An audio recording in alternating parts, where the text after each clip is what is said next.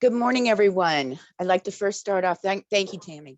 I'd like to first start out by saying that our Ray Mesa, our president and CEO, could not join us this morning virtually due to a scheduling conflict.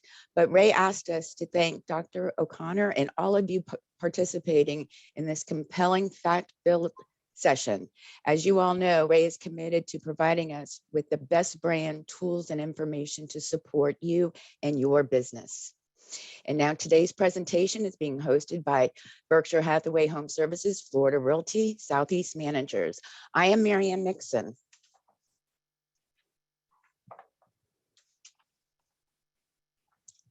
Devin? Sorry. Okay. No, so I just wanted to go through. I'm Marianne Nixon on the far right, and I'll go from left to right to introduce the Southeast Managers. We have Odie Sierra is with our Coral Gables office. Tammy Goss is with our Coral Springs office. Frank Strock is with our Fort Lauderdale office. And please welcome the newest member of the Southeast leadership team, Devin Herrera in the Plantation office. Thank you, Marianne, for the warm welcome. I look forward to joining such a wonderful team. I want to let everyone know that today's session is being recorded once again. And with that being said, Odie Sierra, take it away. Good morning, everyone. I know we're speaking offline here a little bit from our agenda, but I did see Ray's name on the participants. Ray, if you're with us and you want to say hello before I introduce Dr. O'Connor, who I also saw on our participation members there, please say hello to your team. Yeah, thanks, Odie, and good morning, everyone. I made it just in time, just back from Ocala, Florida, where we've added a new company to our family of services. And again, I want to thank our leadership team in the Southeast region for putting together this event. Odie, I'm going to turn it right back to you because the main event is our Florida Realtors Economist, who's going to share with us what's happening and what he thinks might be happening in the future. So again, thank you, everyone, for being on the call. And thanks again, Odie and Marianne and Frank and Tammy and Devin for all that you do. Thank you so much, Ray. So glad you made it, and congratulations to all of us for adding that wonderful piece to all of our offices and our team. And yes, we are all excited. Meet Florida Realtors Chief Economist, Dr. Brad O'Connor. Dr. O'Connor is a chief economist of Florida Realtors, the state's largest trade association. As the head of the research department at Florida Realtors, he oversees the production of the association's widely cited monthly housing market statistics, as well as numerous other economic and statistical research projects. His commentary on Florida's real estate markets regularly appears in major daily newspapers around the state and has been featured in many national publications, including the Wall Street Journal and Washington Post. Dr. O'Connor received his bachelor's degree in economics from The Ohio State University and earned his master's and doctorate degree in economics from Florida State University, where his academic research chiefly involved the impacts of land use regulation on housing markets. Prior to joining Florida Realtors, Dr. O'Connor served as an economic and statistical consultant for Walt Disney Companies in Orlando. Dr. O'Connor, Marianne has given you the ability to share your screen. We are excited and ready to begin your presentation. Thank you so much for your time. Thank you. And you didn't have to read that part about where I went to college, because I know I'm in enemy territory right now, at least virtually I am. That's okay. That's okay. So any U fans out there, sorry about that. I actually was thinking about that while I was reading it, because I am a UM fan. But all right, we love let me share my screen here. Did that work? Everyone see it? Yes, okay. Perfect. Good. Perfect. Yes, very good. All right. Well, I'm gonna focus mostly today on Broward and Miami-Dade. I've got some slides in there that cover the statewide market and then a few that cover the 3-county metro, but Mostly we're going to focus on Miami-Dade and Broward. And if you're in the southern part of Palm Beach County, you'll be able to get the gist from the Broward data, what's going on in your market too. So why don't we go right into it?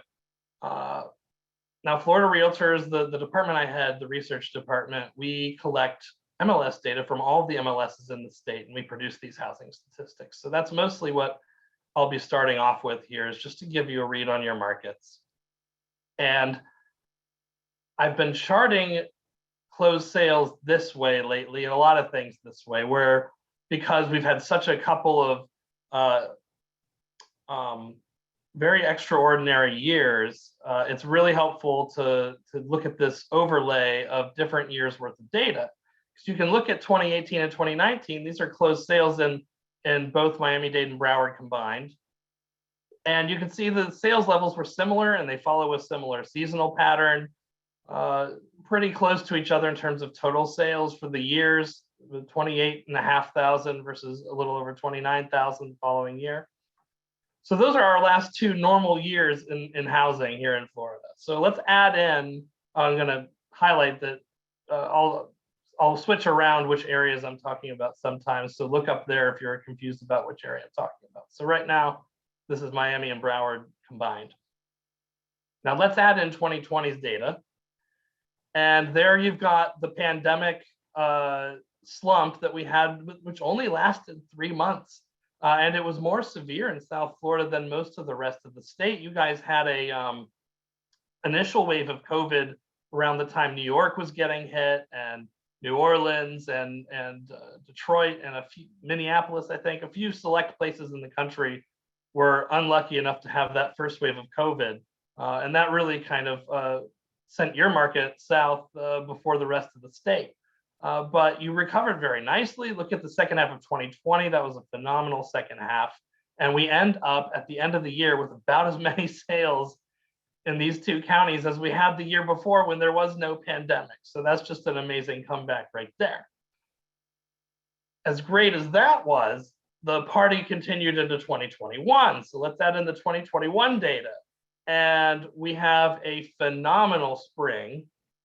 Look at those March numbers. For sales, where you're up 30 to 40% year over year in March of 2021, and the second half of the year you don't maintain the 2020 rate of sales, but remember in 2020 our spring buying season got pushed into the second half of the year, so there was an added boost that the second half of 2020 got, but 2021 was still much stronger than 2019 or 2018. We end up with significantly more sales. And this is just the single family home side of the market, which, as you know, is very inventory strapped. So very good numbers there. So let's add in 2022. And I've changed from showing annual data here on the right to just January and February in all these different years, because we only have January and February data so far for published for 2022. So this gives you more of a comparison year over year for the first 2 months of the year, just to kind of give you a gauge of where we're at.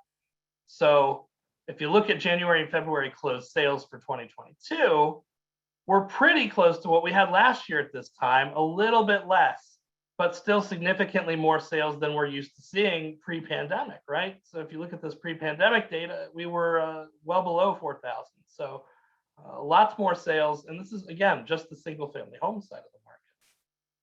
You can see the trend on the left side of the graph, though. There's a little divergence, and we're not quite keeping up with where we were last year as of February. We're going to see where March goes. The early data show we're kind of in the same boat, where we're between 2021 and 2019 levels of sales. Now that's closings. Let's look at new contracts that were signed during each month. So we count the number of properties that have gone into pending status. And if you look at that, that kind of mirrors what I was just saying, where the new pending sales early on this year so far have been low compared to last year, which, remember, was a record-setting crazy year, but are still well in line with our historical numbers here. So we're starting to see a little bit of erosion of demand, but there's also still supply constraints that are really factoring in here. So that's this is kind of just the lead that the stat I look at the most, just to see where we're going to be in the next couple of months in terms of sales. And I'm thinking we're going to be at those 2019, a little bit above those 2019 levels over the next couple of months. Now the condo market, now this was really interesting last year, because condos were actually pretty weak in 2020 compared to single family homes, which were strong. You can see in 2020 we actually had a fairly large decline in closed sales. And by the way, I'm only showing you Broward now. And the reason why I'm splitting Broward and Miami-Dade up is because the markets, these two markets on the condo side are behaving actually quite differently in many ways. The condo and townhouse market in Broward still had a phenomenal year last year. Last year in 2021, I was calling it the year of the condo, because there were just so many condo sales. There was an explosion of them relative to what we had seen before. And in your market, I don't have to tell you, sometimes there's a little bit of an oversupply of condos. So that was actually a really good sign. And in fact, that oversupply finally came in handy. So because it fueled a lot of sales in South Florida. But we saw condo sales ramping up all over the state last year. Not just South Florida, but up and down the coast and in Orlando. We saw a lot of growth in condos. I think a lot of these entry-level buyers are finally getting the big picture, which is that they're being priced out of that dream single-family home that they've always wanted. And if they want to start building home equity, condos are the best route right now, or at least they were in 2021. And it took a few years for that to happen. We consistently had a greater supply of condo and townhouse inventory and attached housing in general than we did for single family inventory. Single family inventory has kind of been scarce for the last few years and really scarce during the pandemic. But just look at how condo sales performed last year in Broward. So 21 or 20, almost 22,000 sales compared to 15 and a half the year before. Just amazing. So let's add in 2022. And again, I'm switching from the annual data to just the year-to-date data over here on the right. And you can see we're actually above last year's pace on the condo and townhouse side. So really strong numbers again. And I told you I separated Broward from Miami-Dade, and not because Broward was particularly bad, but actually because if you look at the condo data in Miami-Dade, well, let's show you the pending sales for Broward first. Unlike the single family market, the pending sales for condos are kind of keeping up so far with where we were at last year. So again, that mirrors what we just saw in the closed sales data, where condos are probably not going to outperform what they did last year, but they're going to stay close. They're going to hug that blue line unless rates go up quite a bit more, I would guess. But we're seeing still a lot of activity there. Now, as I was saying, let's switch over to Miami-Dade County. And it wasn't that Broward had a bad year for condos. I told you that was a great year for condos, but look at Miami-Dade County's condo growth last year in terms of sales. Almost 24,000. That's what, 80, 90% increase over 2019's levels. So lots of condos moving last year in Miami-Dade County. A lot of them, are the luxury condos on the coast, but then we saw some in the interior parts of the county too. And if we add in 2022, this year so far is looking even better by a long shot. So condos still moving in Miami-Dade County. And in fact, and this is pretty rare. I haven't seen it at this growth level elsewhere in the state. So this is kind of unique to Miami-Dade County, where we're just seeing an explosion in condo growth. New pending sales, kind of showing the same thing, but they are converging a little bit with last year's numbers. So we might, not see the gap in closed sales that we've seen the first 2 months of this year, but still, it's going to be a strong year where spring makes up so many of the sales. If we retain that strength through the spring, it's going to be a great year for condos. But we still, I start out with the positive news, but we have to address inventory. We're still talking about inventory, and unfortunately, we're going to keep talking about inventory for a long time. these are, again, the total of the two counties, the number of active listings at the end of every month going back to 2018. And I'm just showing you the single family inventory, which was low already going into the pandemic, but you can see has gotten much, much lower during the pandemic, particularly in 2020. That's when most of the inventory fell out of place. So we start with 11,000 homes in early 2020, and then by the end of 2020, we have over 7,000 homes on the market only. And then 2021, there was a little head fake there in the summer where inventory started going up a little bit, but by the end of the year, it fell down to a record low level. And that's where we're at now here at the end of February. In contrast, you can look at the, let's do new listings first, because this is an important point to make. I'll go back here. Inventory's been low for a while. Throughout much of the pandemic, I keep hearing, not realtors, you guys know what's going on, but you know, just people I know who ask me about the housing market, you know, why isn't anyone listing? And you got to be careful when you speak like that, because actually, if you look at the data on the single family side, new listings actually last year outpaced 2020 and weren't that much lower than they were in 2019 in Miami-Dade and Broward counties. And so to say that no one is listing is not quite correct. And we don't want to, you know, give potential sellers the impression that, hey, no one else is selling, so I shouldn't either. Because actually we're seeing about as many new listings as we usually do. What's eating away our inventory is demand and all of the additional buyers we have that we normally don't have, that we didn't have 2 years ago. There's just a lot more people in the market to buy right now than there were before the pandemic. And that's what ate away all the inventories, a record level of sales. I like to use a grocery store analogy for this. If you go into a grocery store and you see an empty shelf, there's two reasons why the shelf might be empty. One might be because we stopped stocking the shelves at the store, or we stopped getting shipments in of whatever goes on those shelves. And that's why they're empty, because everything got bought and it never got restocked. But the other way for the shelf to be empty is that they could keep restocking it weekly every time they do, a horde of crazed buyers runs into the store and wipes the shelves clean and buys all the inventory. That's a better picture of what's going on in our housing market. As long as it gets listed, it's selling pretty much these days. So, and that's continuing. I think, you know, anecdotally, I'm hearing fewer offers or bids per home, but it's still multiple bid situation in many cases. It's just, you know, maybe 10 instead of 30. Now, 2022, this is a number I don't like to see, where we've got actually pretty bad start in terms of new listings for single family homes. That's the wrong direction.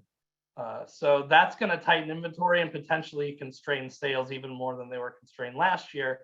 You saw what the condo market could do because it had a lot more inventory at the beginning of 2021, whereas we were already low with single family homes. So inventory is going to be a constraint. As a result of this constraint and the low inventory, you've got a pretty darn low median time on market or median days on market. And here we're measuring the time between the list date and the final pending date that closed sales have recorded. And again, this is on the single family side. I don't have this data at the county level. I have it at the metro level. So Palm Beach County is included in here too. But you can look and in the 3-county area, 17 or 18 days, that's about half of the homes are selling and going under contract permanently in that amount of time. And then half are taking more than that amount of time, but probably not a lot more in most cases. So that's quite low. It's actually kind of high for the rest of the state, but you have a higher price point in the larger luxury market in South Florida, and that skews the number up. So by your standards, this is a really low number. Now, I told you about condos and townhouses and how they had more inventory. Well, that was true at the beginning of 2021. But if you look, in 2020, when single family inventory was plummeting, there wasn't much change in condos and townhouses, but that happened at the beginning of 2021 when we had the beginning of that year of the condo I was talking about. So all those sales in the spring ate away the inventory, and there just wasn't enough new listings to keep up with that kind of sales pace. So as a result, you're getting condos and townhouse inventory down pretty low too at this point. And in many parts of the state, the month supply of inventory of condos is actually now pretty much the same as it is for single family homes. So that's going to make it difficult to have another year of the condo, quote unquote, this year as we go on, if the inventory remains critically low. But if we look at new listings there, well, actually in 2021, we saw an uptick in new listings. That actually helped fuel the condo sales. But let's add in 2022. It's lower than it was last year, but it's not as much lower as we saw with single family homes so far. So I'm hoping we get a bounce like we did in March last year, where we start to see more listings of these properties so we can see more of them move. Median time on market is a little bit higher because, again, the inventory is not quite as tight, but it's getting close to the single family home level of inventory, but it's more like 24 days is the median here for moving a condo off the shelf. Still very low. So we've got homes moving fast. Inventory is low, not because no one's listing, but because as soon as stuff gets listed, it disappears off the MLS and goes under contract. And as a result, we continue to see upward price pressure. Single family home price pressure here, this is Miami-Dade County, single family home prices. Look at how much prices grew year over year in 2021 compared to 2020. It's incredible. We haven't seen as much price growth this year, but that's still way in double digits in terms of percentage terms. So it's not abnormal compared to last year, but it's abnormal compared to all the years before it. In fact, yeah, if we measured that out for February, year over year, the median sale price for single family homes in Miami-Dade was up 19%. So median again means half the homes sold for more, half the homes that closed sold for less than that amount. So we're getting close to $550,000 there.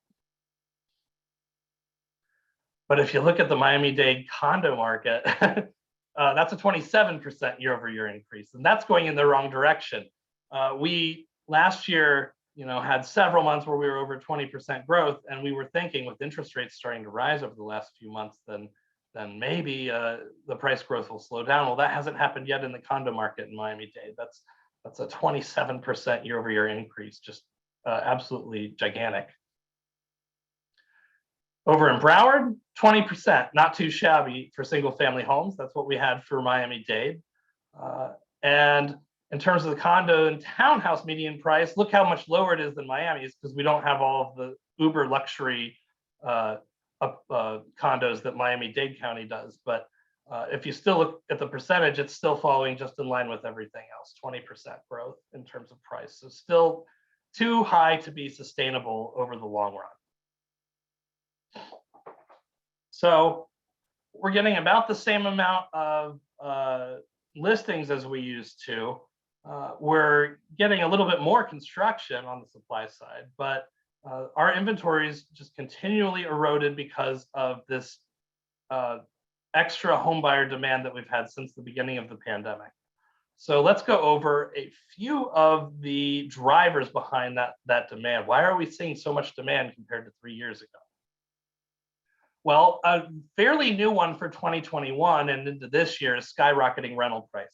If you follow the rental market, rents did not go up much at all in 2020, the first year of the pandemic. In fact, in many markets, it went down. Landlords really were constrained in terms of what they could do, and no one wanted to, up rent on people during a very scary time. However, that changed in 2021, and we saw enough rental price growth not only to make up for the fact that rents didn't do anything in 2020, but in fact they grew enough to more than compensate for that in 2021, and probably put rent levels well above where they would have been if the pandemic hadn't happened. And and this economic shock hadn't happened. So rents are much higher now. And the South Florida market, every article I read that is looking at rental prices, whether it's apartment complexes that are, large apartment complexes, or whether it's rental prices for single family homes, doesn't matter. Miami, Fort Lauderdale, always on the list. So that's where we've seen some of the strongest growth in terms of rents. What does that do to demand for purchasing?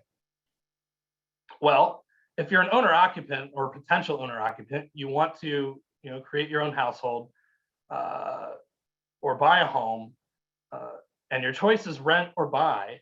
Well, now that renting is more expensive, and in fact, rents are rising at a faster rate than home prices right now, which is hard to believe. That pushes you more in the direction of buying. Some people on the margin will be pushed more into the realm of buying. So that'll increase owner occupant demand. And investor demand. If rental prices are skyrocketing, then investors are going to get quite excited about the prospect of owning real estate for income property. That's been going on throughout 2021, and that demand is still there now. Another factor is changes in consumer preferences for housing, and this is kind of a change that occurred at the beginning of the pandemic, and you've heard a lot of people talk about it, right? And you've noticed it yourself in the business. People are working from home more. Some people are completely untethered from having to work in an office and can live wherever they want. They should probably consider a low tax state with plenty of sun and water to enjoy. Florida seems like a good suggestion to those people. There's that. If you are working from home, also, you might need more office space. Your kids are driving you nuts and you'd like more space for them to get them away from your home office. Things like that really change consumer preferences for housing. People want larger lots, larger homes, and they don't have to necessarily be as close to the office as they used to be. Even if they're in the office part-time now, they can live farther away because they only have to put up with the longer commute 3 days a week or so, you know what I mean? So all of that changed our preferences for housing. Those two things together are driving a second home market or a non-primary residence market. And we can start to delve in some of the data for that. If you look at the South Florida Metro, the 3-county area cash sales, this is one of the first stats I go to just to kind of get a read on investor sales, because we don't always know who the buyers are, and if they're investors or if they're second home buyers or if they're owner occupants. In the real-time data, it's hard to really gather that. So looking at cash sales is a good proxy for investor activity because typically, the investors are more likely to pay cash.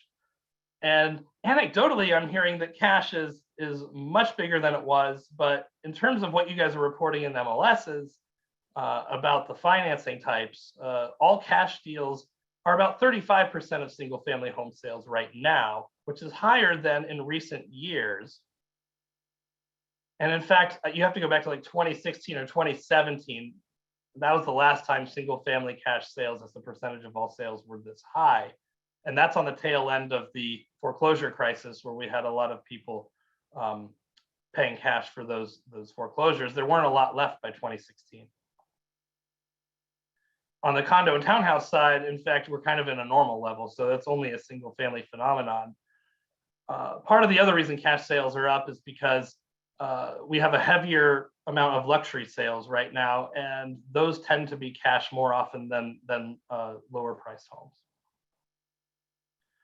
So, but we're definitely seeing more investor activity. You can also look at, these are year over year data. So this is showing you how much the 12-month growth was in mortgage purchase applications. And the orange line is all applications. And you see at the beginning of the pandemic, other than that abysmal couple of months, for many straight months, for almost 2 years, we had 20% or more year over year growth each month in terms of mortgage applications. So for instance, in July of 2020, we saw 20% more mortgage purchase applications in Florida than we saw the year prior in July 2019.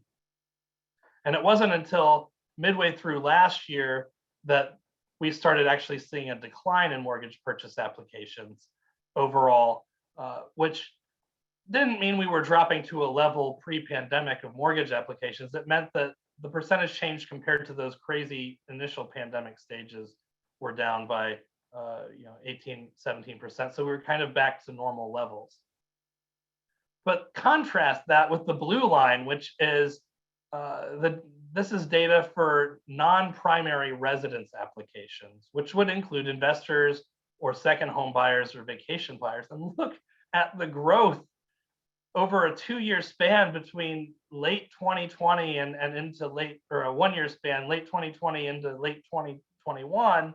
And you're seeing at least 20% growth, some months 80% growth, 100% growth in applications for these types of homes. So investors don't just pay cash. A lot of them will take advantage of these low mortgage rates, and a lot of them did.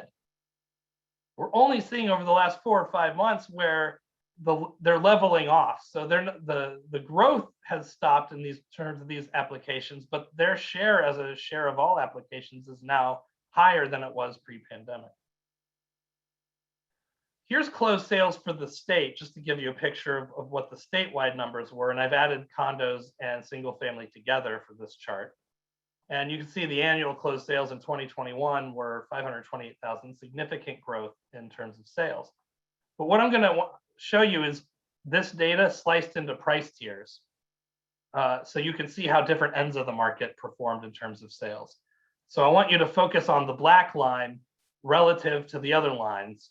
The black line is 2021, the other lines are 3 years before that. Just so you can see, get an idea of the gap that was created in different price tiers. Now, anything below $250,000, like that was unheard of in South Florida even before the pandemic, but that was kind of the median level elsewhere in the state. And you can see those sales declined significantly in 2021. Why is that?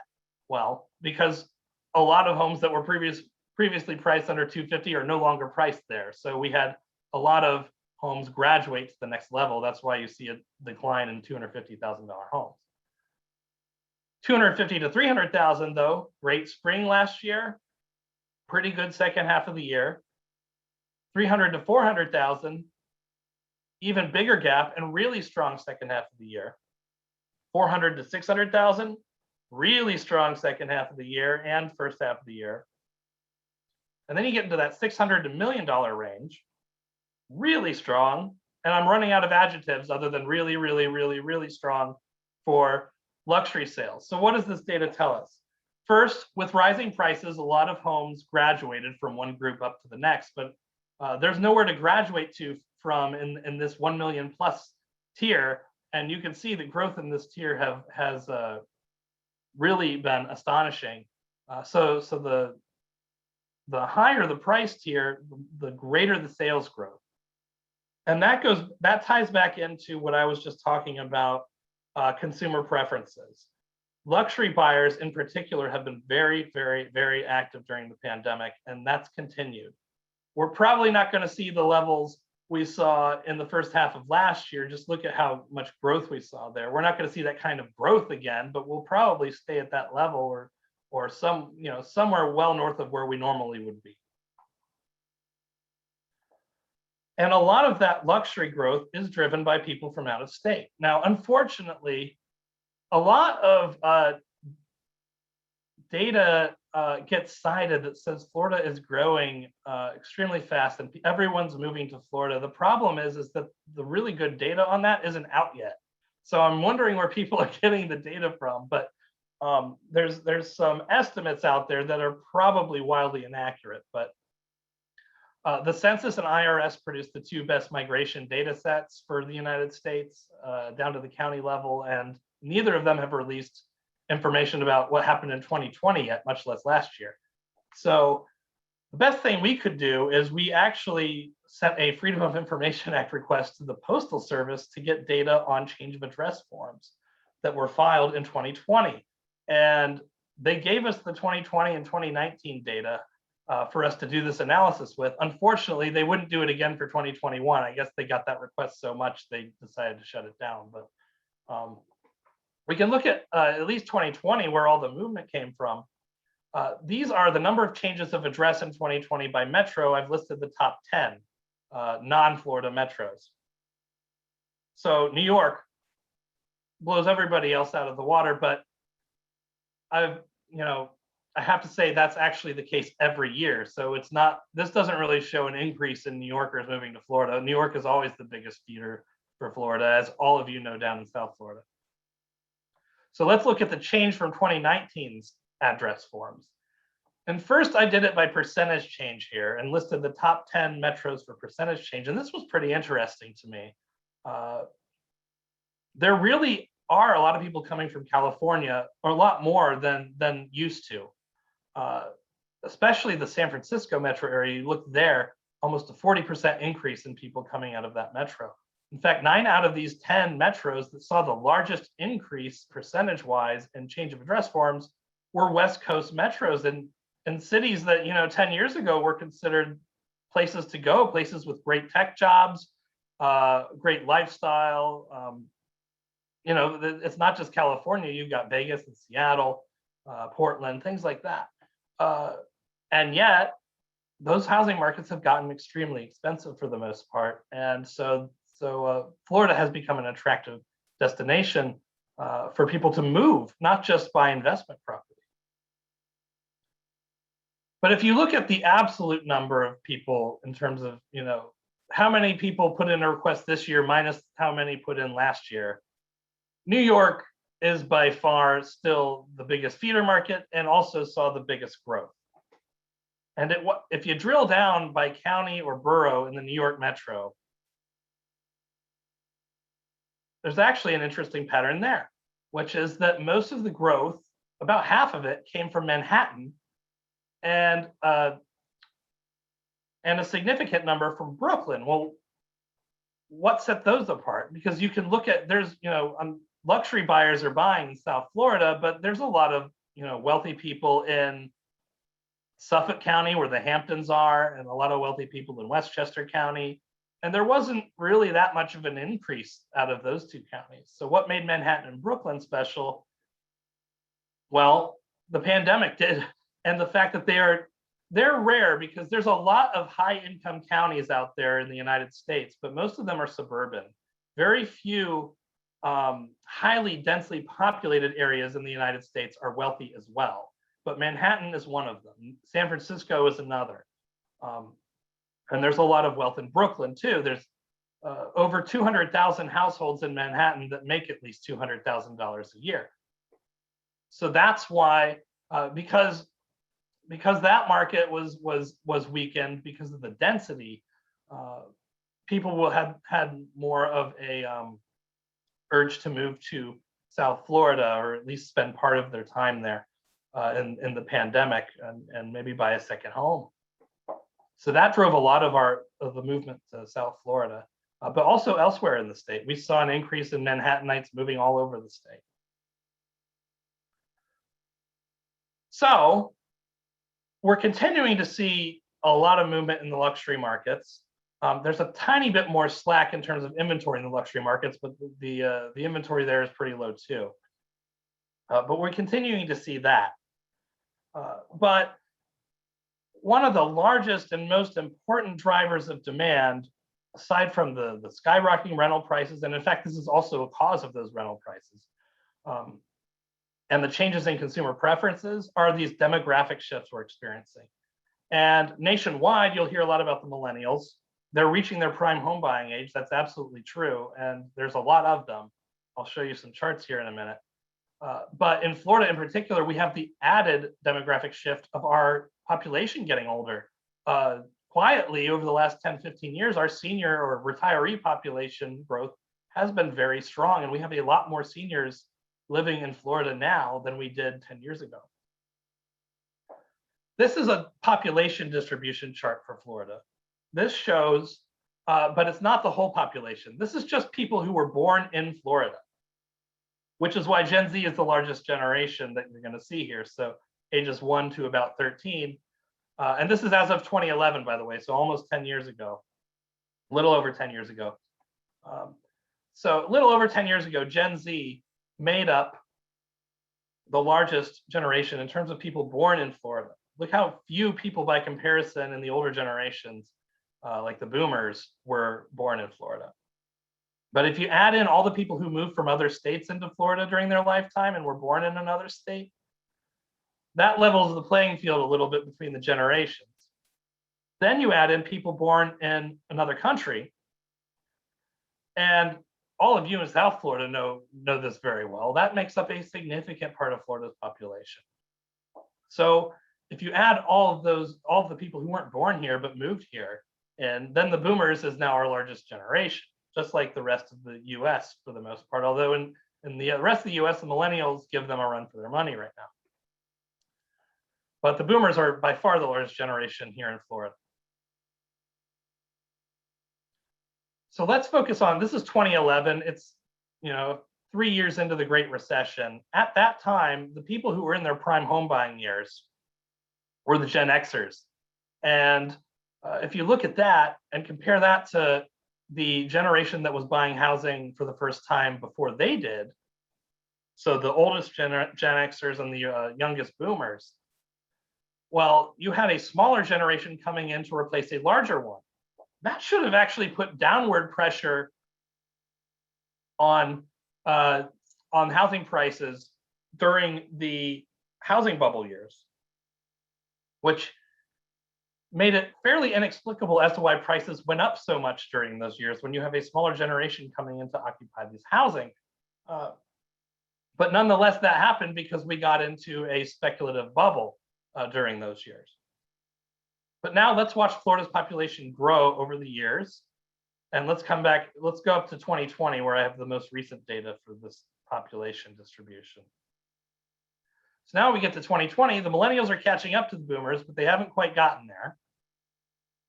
But now it's these older group of millennials that are the people in the market for a home. And the generation in the starter homes right now are the Gen Xers.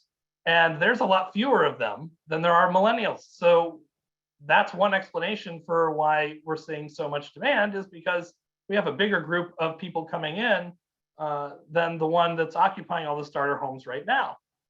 That's putting a lot of pressure on prices, particularly at the lower end of the pricing spectrum. Another way to look at it is the blue is the distribution from 2020 and green is 2019. And you can see we have a lot more people in that 25 to 40 age bracket than we did 9 or 10 years ago. Those people need housing, and we didn't build enough housing to accommodate all of those people, plus all of the additional seniors and retirement age people we have. So even starting at 55, we have a lot more people, a lot more seniors than we did 10 years ago. So we need more housing for them. We just simply did not build enough housing over the last 10 years, as so many builders went out of business, and the few that remained had a lot of market power and didn't necessarily have to build as much. But in terms of people living in Florida, we need a lot more housing for them. On top of the fact that Florida has become a popular place to own a second home or vacation home or investment property if you live out of state. So our buyers here have to compete with them too. The senior one is pretty interesting. This is the domestic in-out migration ratio. What does that mean? It means that I took, for each year in each age bracket, I took the number of people who moved in based on census estimates, who moved to Florida from elsewhere in the US, and I divide it by the number of people who left Florida for a destination elsewhere in the US. I would have included foreign migration, but I don't have, the census doesn't have data for out migration, foreign out migration, because they can't send you a census form if you move to, Europe or something. So this is just domestic. Keep that in mind, because on net, we have a lot of net in-migration at all age levels, thanks to in-migration from foreign countries. But just focus on the US now, moving in and out of Florida from elsewhere in the US. This bracket of millennials, or they'd be millennials now in these years, but the 20 to 40 age group, you can see it's pretty much a wash. Most of these numbers are close to 1. And so that means that we have about as many people coming in each year as we have leaving in these age brackets. If you ever hear people talk about Florida's brain drain, that's what we're talking about. We're a fast growing state population-wise, but on net, we don't actually gain a lot of people in their early prime working ages. On net, we lose as many as we gain. in migration. But our bread and butter in terms of population growth has always been seniors, and that continues to this day, where we get 2 to 3 times as many people moving in these age brackets as we have people leaving. But believe it or not, some seniors do retire or leave Florida and move elsewhere. I know many who are family friends who just moved to be closer to their grandchildren, things like that. I don't know. I've got 4 children myself, and I can't imagine having to keep tabs on all the grandchildren I'm going to have, but I guess it's going to happen eventually. So those demographic shifts are really important, and they actually are really driving demand. And what you'll like about those shifts is that they're for several years. So that's a stable source of demand that we get for the next few years that doesn't disappear overnight. The speculative bubble 15 years ago, that disappeared overnight because speculative bubbles can disappear. Demographics don't change overnight. Overnight, half the millennials are not going to move out of Florida, and these people need housing. So that's a strong shift, and that's fueling a lot of the home buyer demand. And I saved it for last, but certainly not least, the final factor that's really driving home buyer demand is low mortgage interest rates, which are still low, by the way, just not as of, not compared to recently, but compared historically they are. But compared to the last few years, they are now getting kind of high. So this is going to gradually be less and less of a factor in demand. And as mortgage rates continue to rise, the demand is going to fall a little bit. The demographic shifts and these changes in preferences and skyrocketing rental prices are going to compensate for that more, but we can't ignore that it's getting more expensive to finance a home now, and that's going to strap some buyers who are on the margin. If you look at interest rates, the 30-year fixed mortgage rate average from each month going back to 1972 is on this chart. That's the orange line. And the blue line is the 10-year treasury, which typically the 30-year fixed stays within about 1.5 to 2 percentage points above. Although it's actually a little more than 2% as of the last couple of weeks, but it's still pretty close.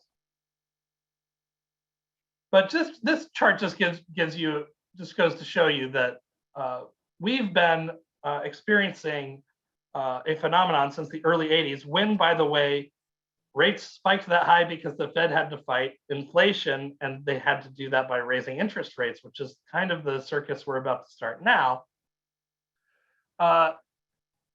So ever since that, though, we've had declining mortgage rates for the most part. We've had some years where they rise a little bit, but the general trend has been downward, which has meant that every time you buy a new home and sell your old one, not every time, but more often than not, you're going to be able to get a lower rate than you got on your previous home, assuming you didn't refi, which a lot of people do. But that's been a nice tailwind for the housing market. But last year and the year before that, we got so low that there wasn't much more room for the mortgage rate to drop. And we're still at that kind of level. Let's zoom in here to the last few years, going back to just 2012. And you can see here in late 2012, that was our previous low for the mortgage rate. It was 3.3, 3.4, somewhere in that neighborhood. And if you draw a line across, you see that in 2016, we almost got back down to that number. But then we kind of started rising. And in fact, in 2018, we got up close to 5%.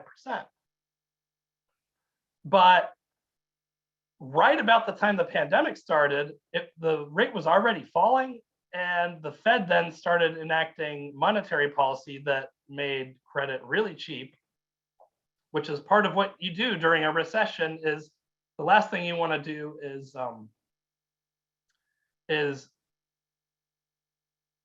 anything that's going to make it harder to do business. So they lowered those rates in order to cushion the blow to the economy from the onset of a recession. So the Fed created this really low, record low level of interest rates. But just as the Fed giveth, the Fed eventually has to taketh away, and that's what's happening now.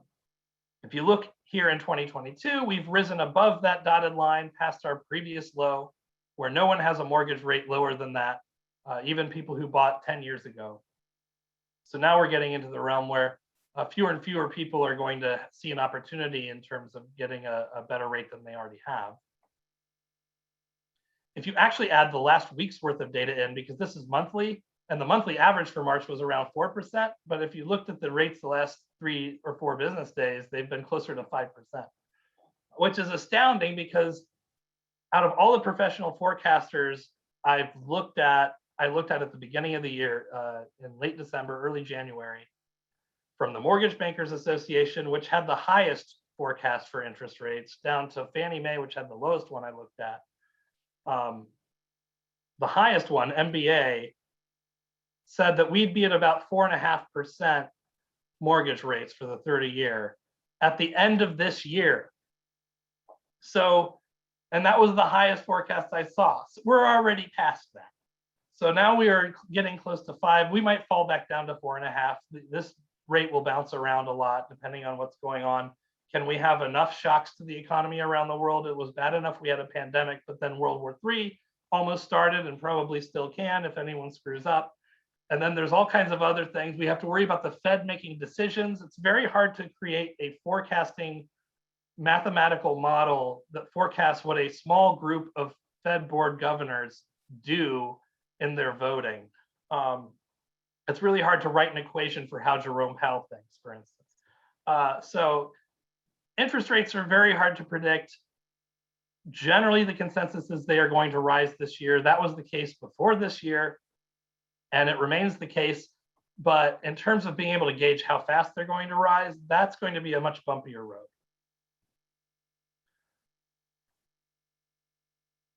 But this is important because if we look here, median sale price, this is the median sale price for the state going, including condos and single family, going back to 2008. And I've adjusted it for inflation in terms of today's dollars. So in 2008, the median sale price was about $250,000 in today's dollars. And right now it's closer to $350,000. But the bottom chart shows you the estimated monthly mortgage payment on those median priced homes.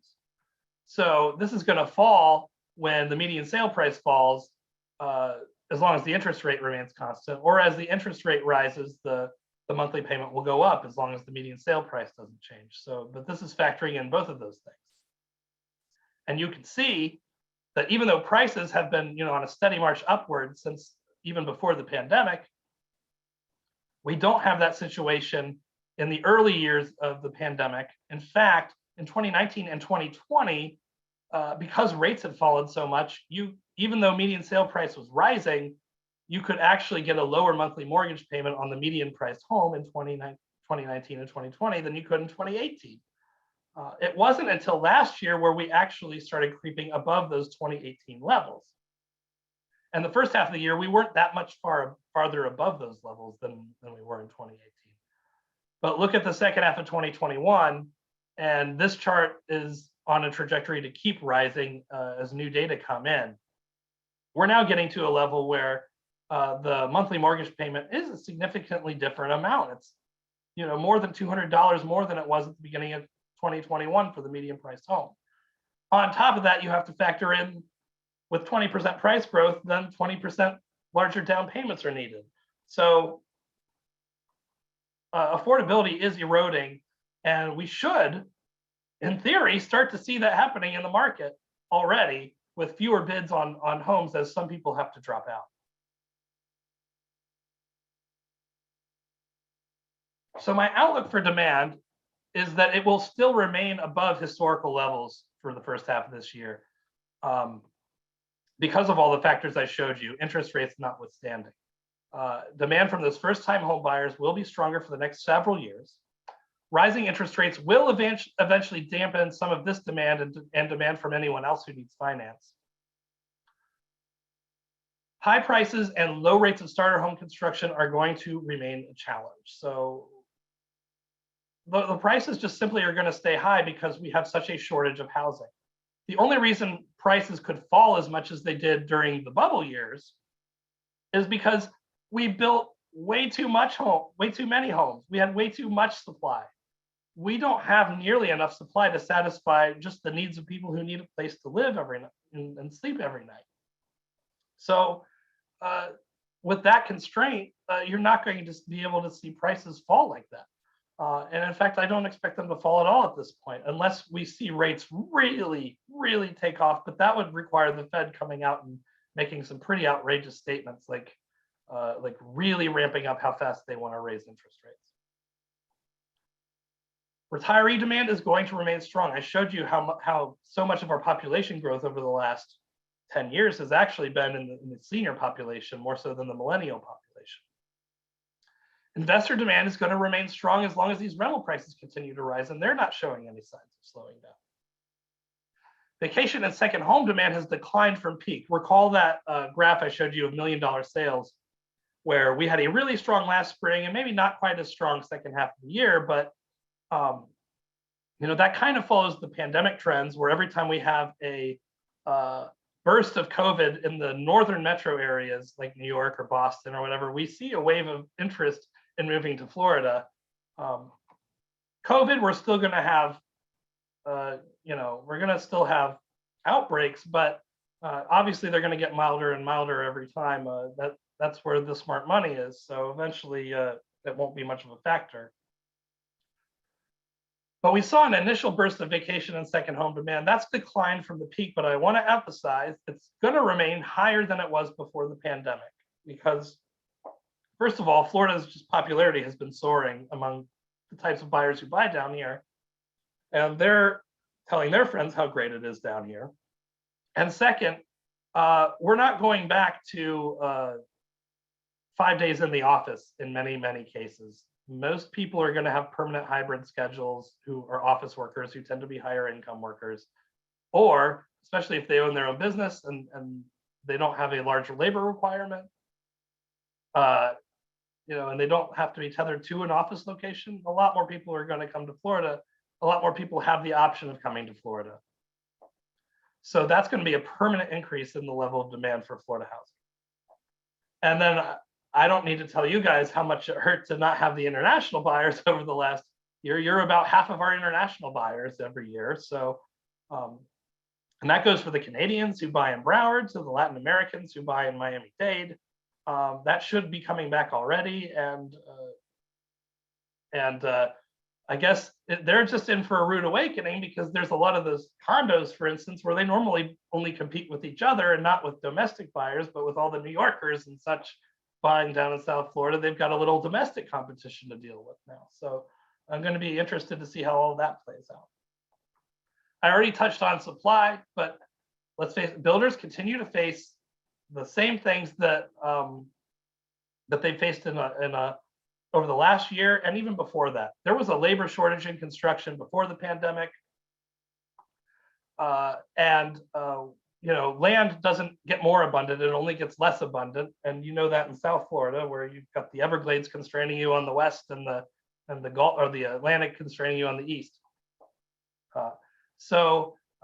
Add on top of that the pandemic supply chain issues, and that's going to put a cap on new construction. Plus, the higher interest rates are going to spook the builders at some point, because the new home market tends to be more sensitive to those interest rates, because builders, if they see that demand's going to fall enough, then they might stop building certain projects. Now, there may be a slight uptick in distress listings this year, but not enough to increase supply in any significant way. We did a study where we looked at how many homes in Florida are still in forbearance, and these forbearance programs have been miracles, and they've worked, and almost everybody who's come out of them has been in good shape financially and hasn't had to lose their home or do a short sale or anything. We've barely seen the needle move.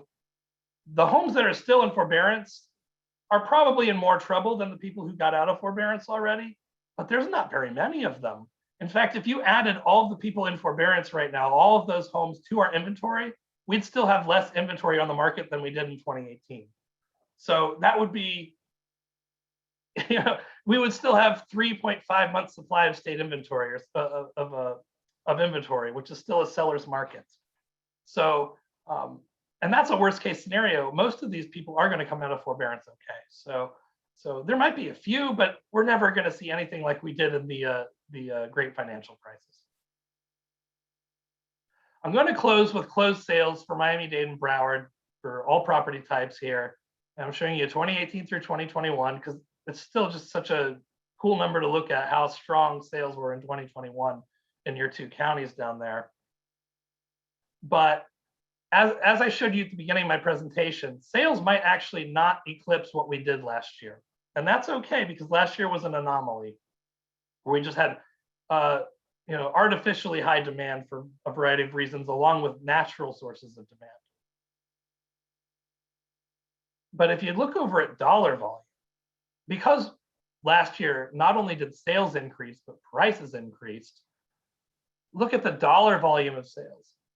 More than twice as much dollar volume in Miami-Dade and Broward, almost $50 billion in 2021 than you saw in 2019 or 2018.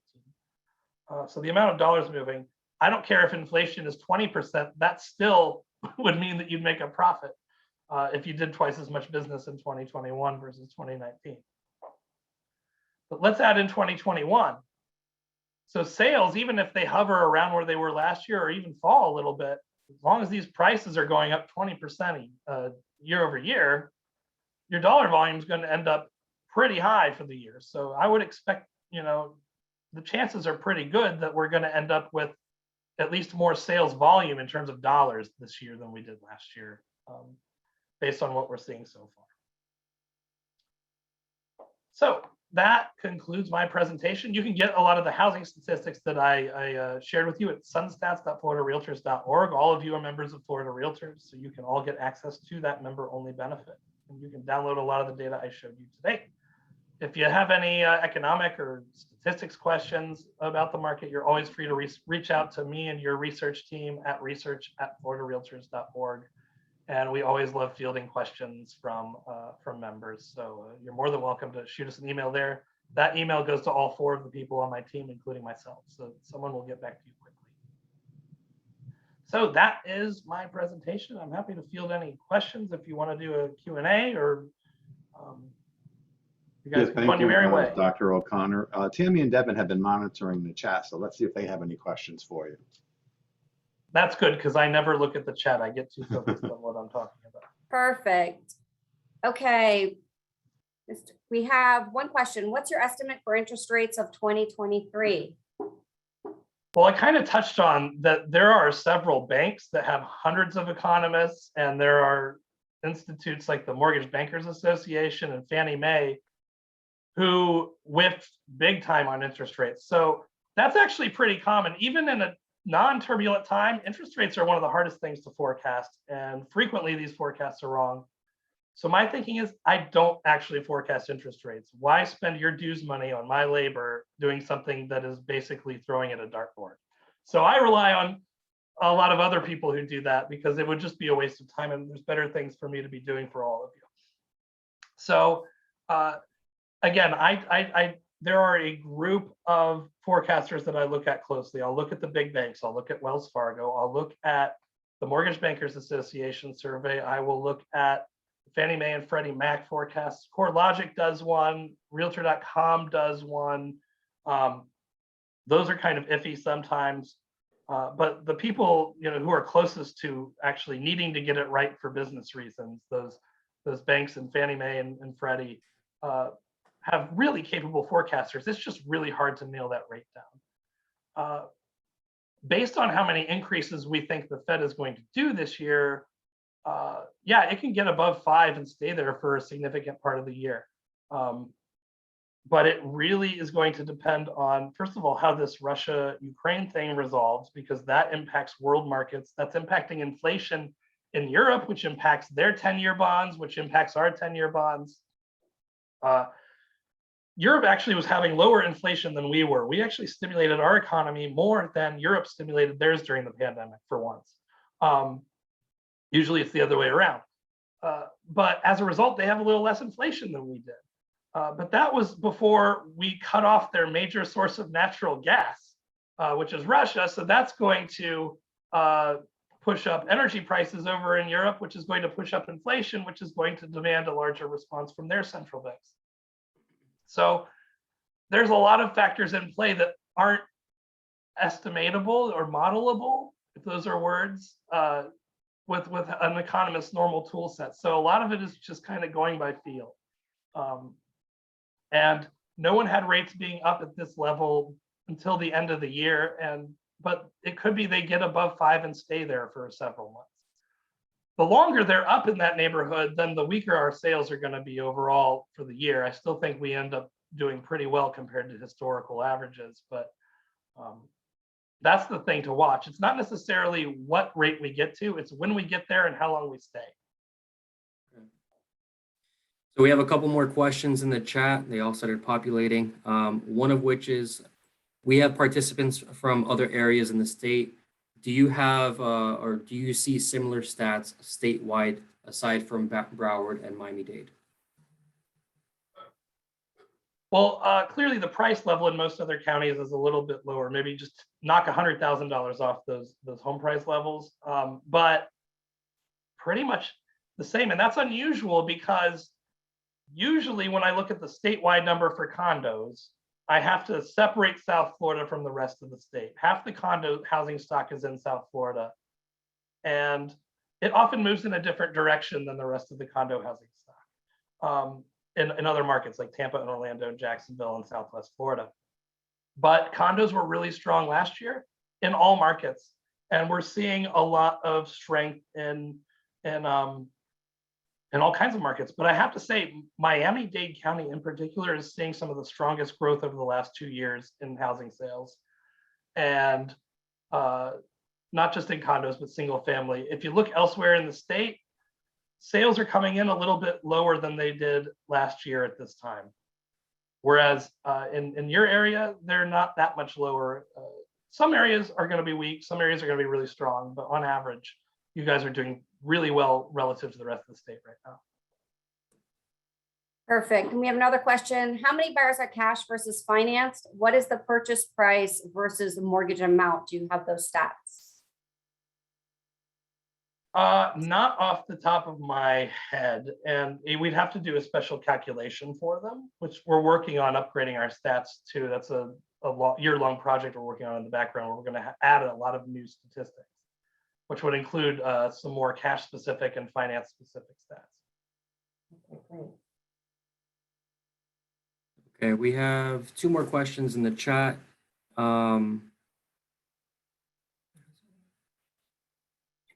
It's kind of a long one. Fed has only raised rates once and has started reducing the hasn't started reducing the balance sheet yet.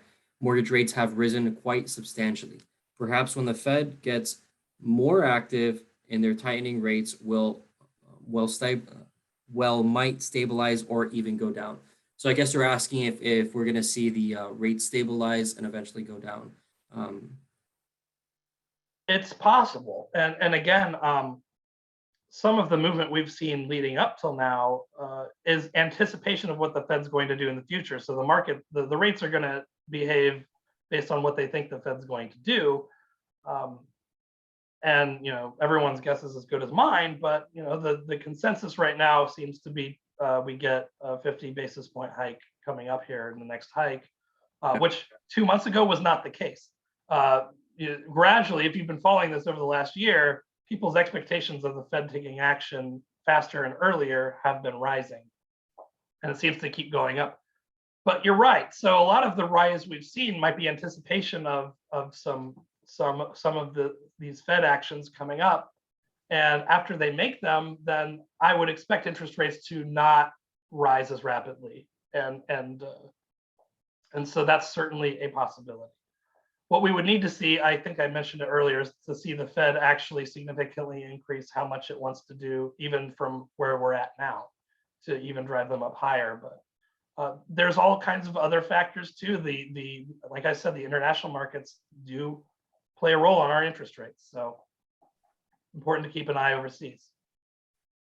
Perfect. And I think we have one more here. It asks, are you tracking the number of hard money loans that are being written?